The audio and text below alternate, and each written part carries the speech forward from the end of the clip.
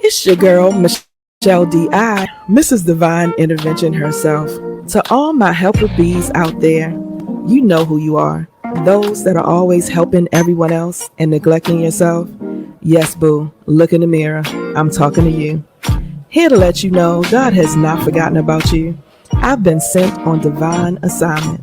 It's time for reflections choosing me guilt free. That means 30 minutes for your mind, your body, spirit, and emotions. And don't act like you don't have time. You have time for everyone and everything else. Sit back and relax because if you're here, that means this show is for you or it's for someone you know. But most likely, it's for both of y'all. Deep breaths, love. Let's go.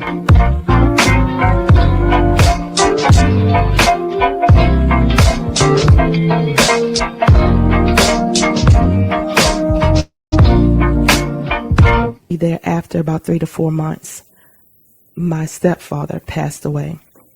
And the holidays came up. Now, I did what everyone else does when you suffered a loss, right? What do? We go to the funeral, and then the next week comes, your bereavement time is over, you go back to work because life does not stop lifing, right? And so you got to go back to work. And so what are you doing? You're going back to work, you're going, you're being, and you're doing, right? You're going, you're being, and you're doing. Going and being, and you're doing. And you're acting as if everything is okay when it really, really is not. Hey family, hey family, hey family, it is your girl.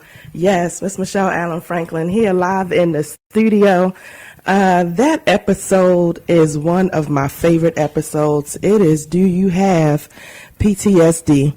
The full show is available on the YouTube channel under the podcast Reflections Choosing Me Guilt Free. That is Reflections CMGF on YouTube.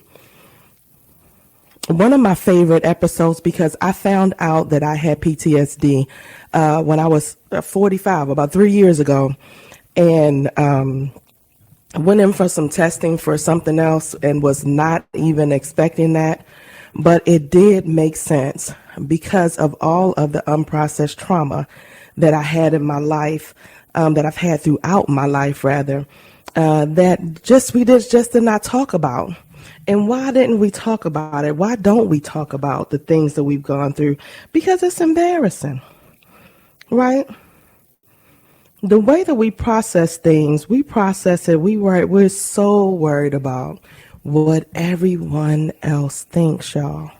Why are we so concerned? Why does that stop you from getting the things and the help that you need because you're so embarrassed about it? This is something I want to talk about today. It is the top 5 things, family. The top 5 things that are most embarrassing to ask for help for. These are the top 5 things that people are most embarrassed to ask and say, I just need a little help. We're going to jump right into it. One is your mental health struggles, the depression, the anxiety, the trauma. Many people feel that there's a stigma, and that is because there still is. I feel like we've come a long way. We've come a really, really long way in society. More people are talking about it. I'm even seeing men, which always just makes me so happy to see a man say, I've been going through this. I've been struggling with this. I need some help with this. Or I needed some help because they're coming out of that thing. I think a man's testimony is so strong because in this society of quote unquote, that's weak. That's a stigma, that's weak, or they're crazy. For women, it is, that chick crazy. Yeah, I knew she was crazy. She always been crazy, right? That's what we do. Either the men are weak or the woman is crazy. And so, excuse me, who wants to sign up for that? But what needs to be said is that there is a safe, judgment-free zone, a judgment-free space that just normalizes therapy and emotional check-ins. How you doing? I'm fine is the biggest lie ever told. I'm gonna say it again for the people. Yeah, because you said it today. You said it yesterday in church. How y'all doing? I'm fine. No, you falling apart. No, things are not right. Your relationship might not be what it needs to be. Your finances may not be what it needs to be, right? Your mental health may not be what it needs to be, but we're just smiling and laughing. What I just say? Smiling and taking pictures. Asking for help with your mindset is no different than seeing a doctor for your body. I need us to get that in our minds, right? Process it in your mind a little bit differently because something is going on, right? When something is going on with your heart, something's going on, your blood pressure, something's going on, right? You go to the doctor. You don't try to handle that thing on your own, or you really shouldn't try to handle that thing on your own. So reframe that thing in your mind. So number one, out of the 5 top things that people are most embarrassed to ask for help for, your mental health, honey, ask for help with your mind is no different than seeing a doctor for your body. Number 2 is financial problems. Financial problems. Now, I know this to be so true for myself. I am the happiest when my money is right, right? But oh my goodness, my spirit is affected when my money is funny. And I've always thought about when I'm in those valley moments with the finances, I'm always the first thing that I think of each and every time. And you tell me if this is what you say too. I really shouldn't be going through this right now. Man, I should know better than this. Man, not again. Oh my goodness, I said I wasn't going to be in this place. Man, right? Money struggles are tied to your pride. They're tied to independence. They're tied to your self-worth, right? You do start feeling some kind of way. You don't have to worry about other people judging you. You judge you, right? But then we also fear, we don't want anybody to pity us, right? We don't want anybody feeling bad for us. But what you need to understand is that receiving compassion for somebody else, receiving compassion support, receiving resources and guidance, there's nothing to be ashamed about that. Nothing at all. Financial help is temporary, right? It helps you to get back on your feet. It shows humility, which is a sign of strength, not failure. Let me say that again for the people in the back. I said humility, right, is a sign of strength, not failure. Number 3 of the most important things that people are embarrassed to ask or talk about is their relationship or family issues. Your relationships or family issues. People fear looking like they don't have it together. Or they want to protect their loved ones, right? For a long time, I know I suffered with this for a long time, just, trying to hold it up. My family is really huge here. I thought, man, if I get on the radio, if I get on the podcast, if I start talking about, everyone talks about the generations of my family, the status, right? That generational effect that my grandfather has had just in this city. And so, man, I can't talk about this. I'm gonna embarrass my family. I remember moving back home about, 10 years ago. I was on the phone lines and working one day, and someone called in and they said, man, your voice sounds familiar. Who are you? And so I'm talking, and I said, oh yeah. And they said, oh my goodness. Oh man, your grandfather, I used to go to your house after school, go to your grandparents' house after school, and they did this and that. And I was like, yeah, oh my gosh. And it brought me so much joy that my grandfather has been passed now for 48, at that time it was over 40 years, or close to 40 years, and somebody was still speaking and had still been affected by the positive effect that he had on their life, right? And so I'm thinking when God first gave me this assignment, I'm like, Lord, you want me to talk about what? You want me to do what again? I don't know. That might make my family look bad. And it is this picture of, perfection, that we want to look perfect. We want to act as if we haven't gone through anything or we're not going through anything. And that's just not realistic. There is not a family on this side of heaven, not a family. I don't care what they look like. I don't care what they have on. I don't care how much money they have, that is not struggling, that is not, going through something, that's not having some communication issues, that is not all cracked up it is to be. The pictures, they look nice, right? But to have some conversations, that things are different. And so everyone is going through something. And so I think it's so dangerous. I really feel like, perfectionism is demonic. To sit up and act like things are perfect all the time, even when things are good. Good and perfect are two different things, right? To know that you're blessed, to know that God is working things out, to know that, you may be favored in the way of some kind of thing, still don't mean that you're not going through or your family is perfect.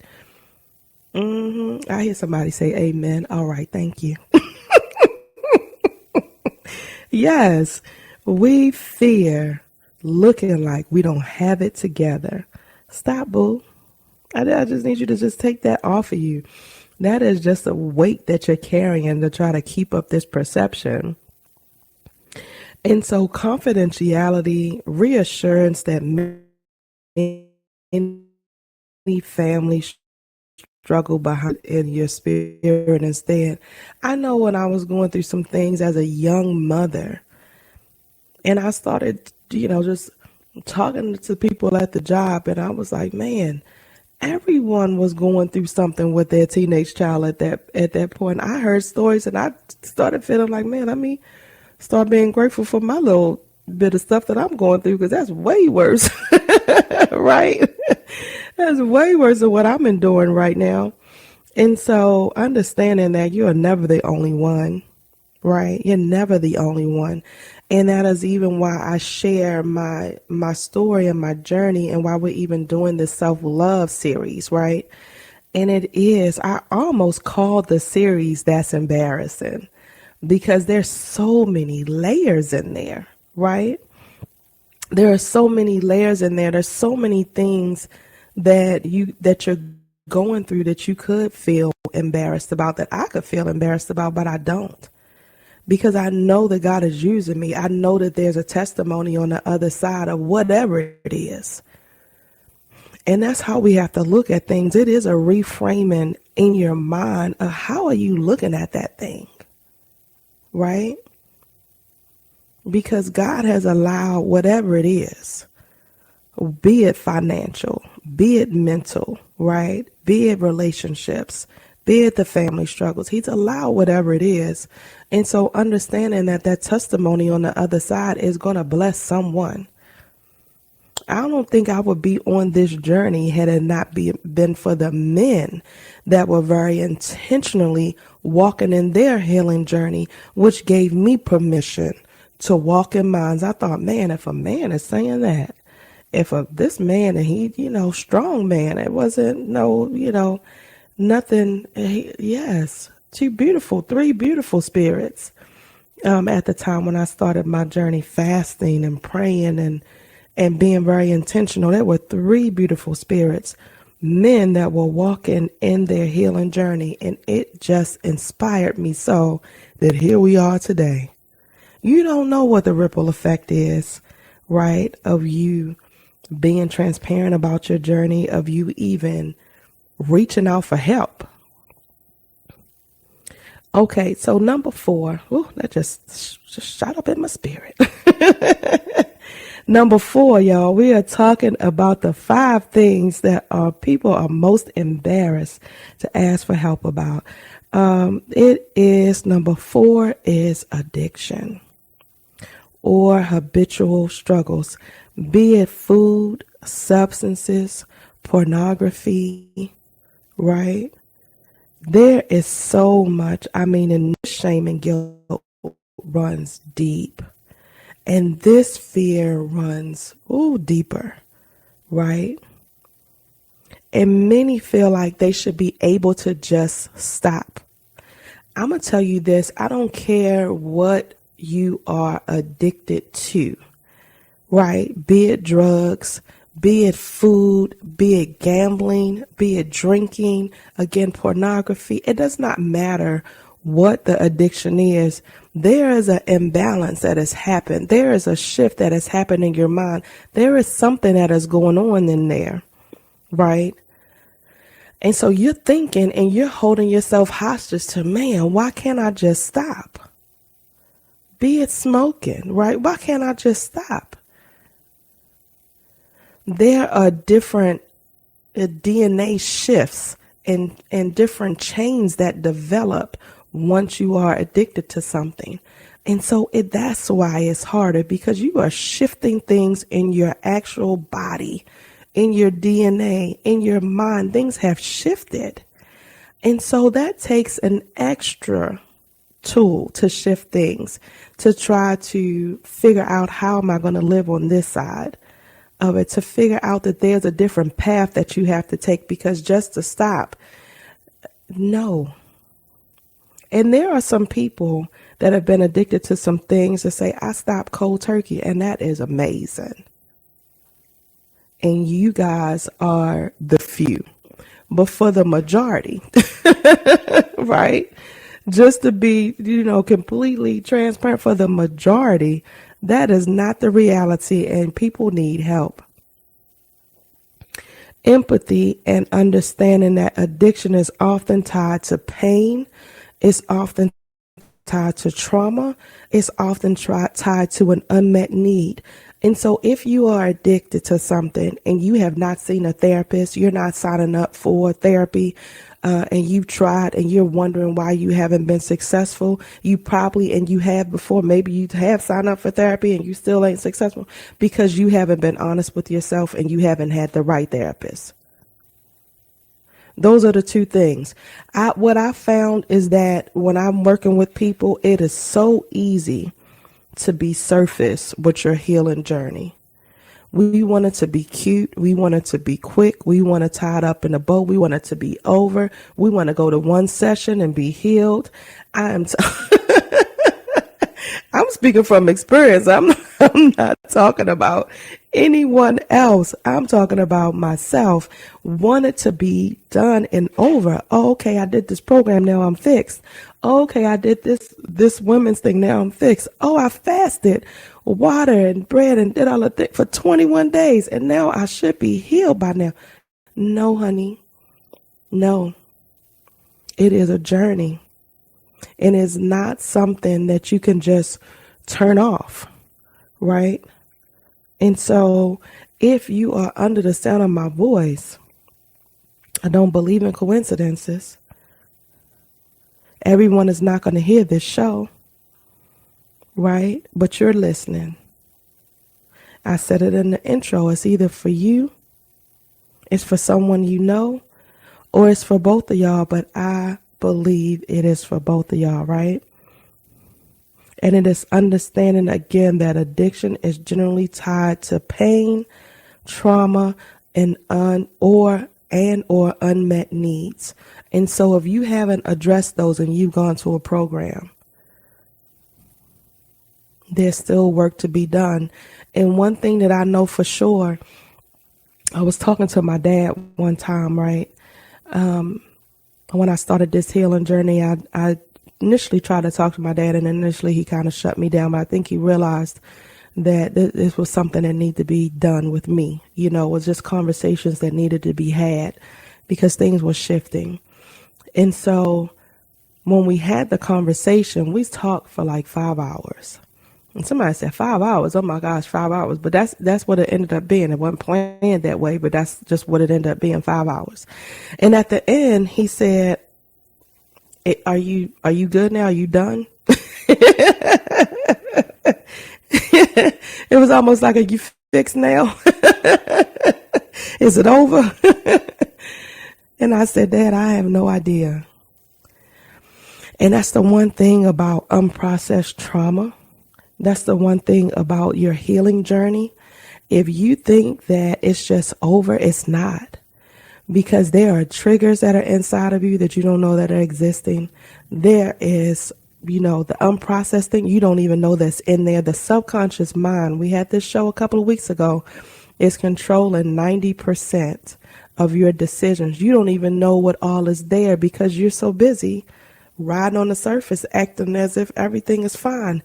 And once you open the door, right, it's a mini maze in there. You don't know what all is even in there.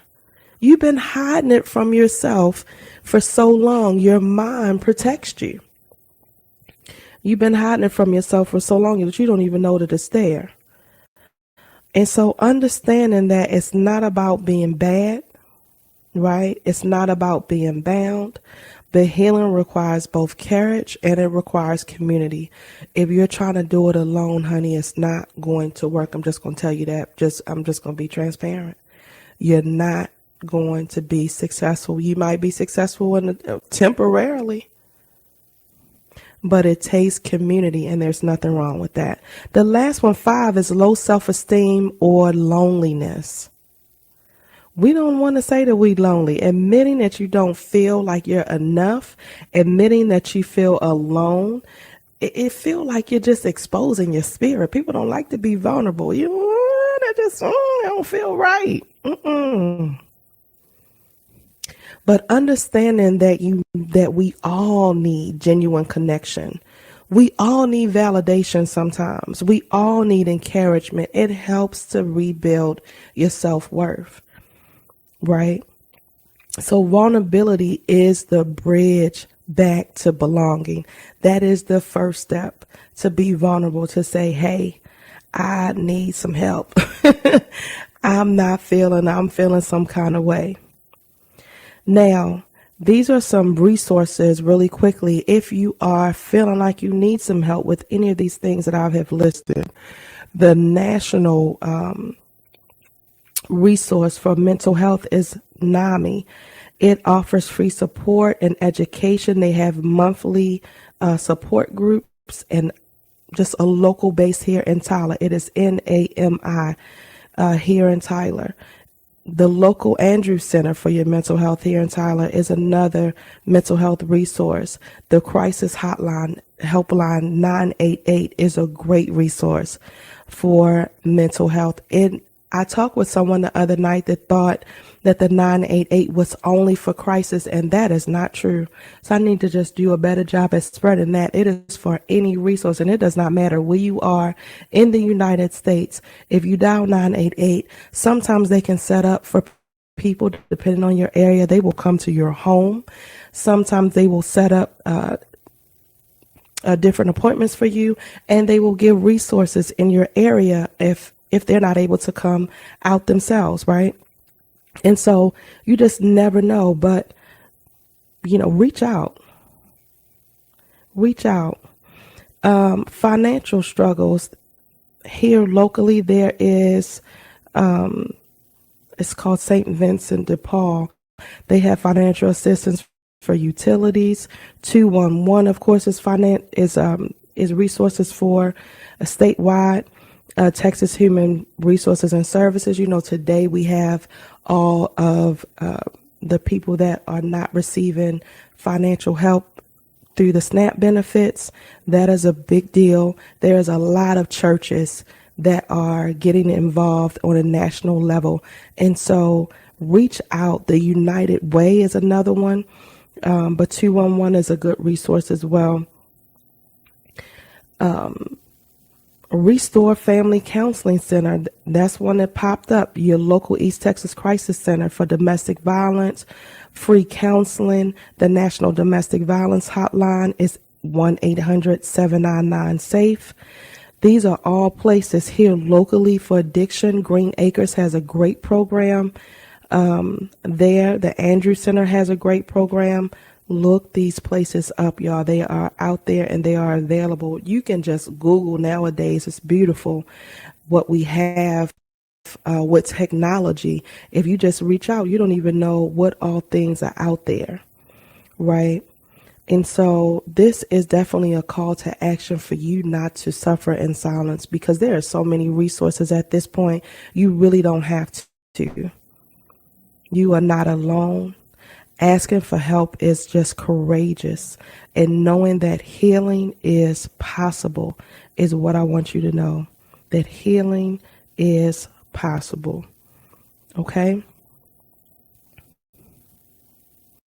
Well, it is your girl, Michelle Allen Franklin.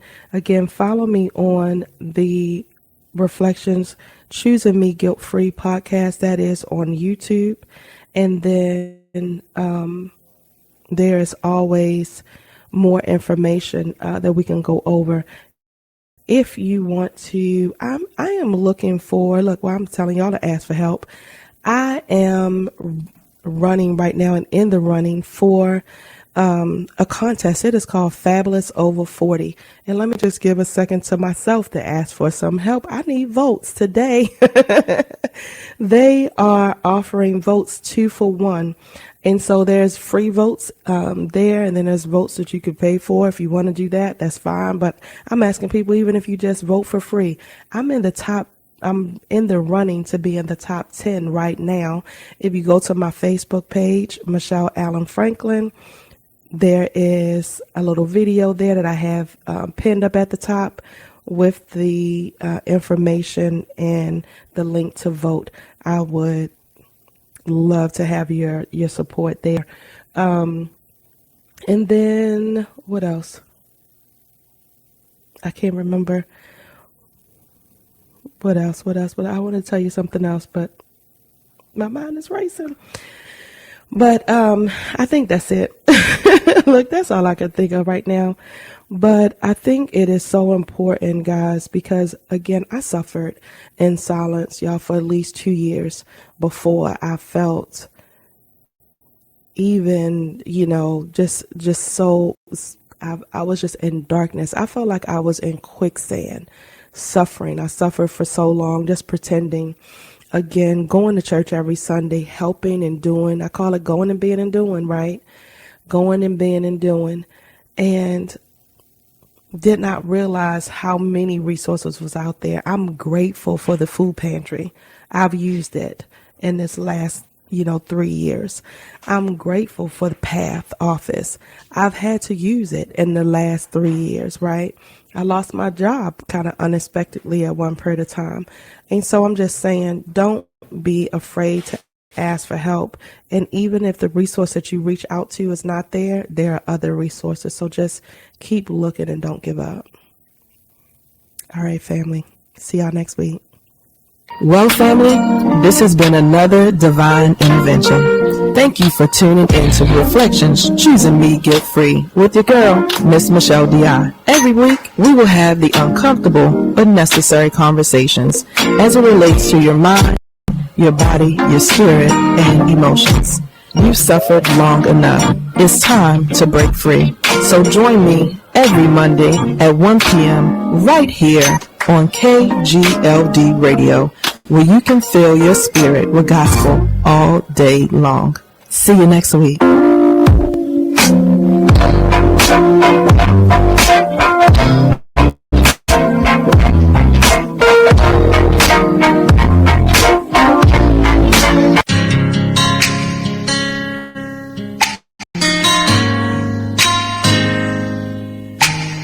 Well, family, this has been another divine intervention. Thank you for tuning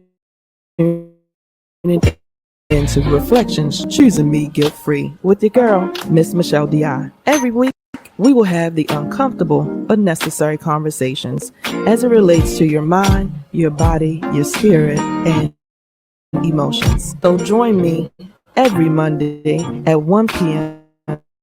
right here on KGLD Radio, where you can fill your spirit with gospel all day long. See you next week.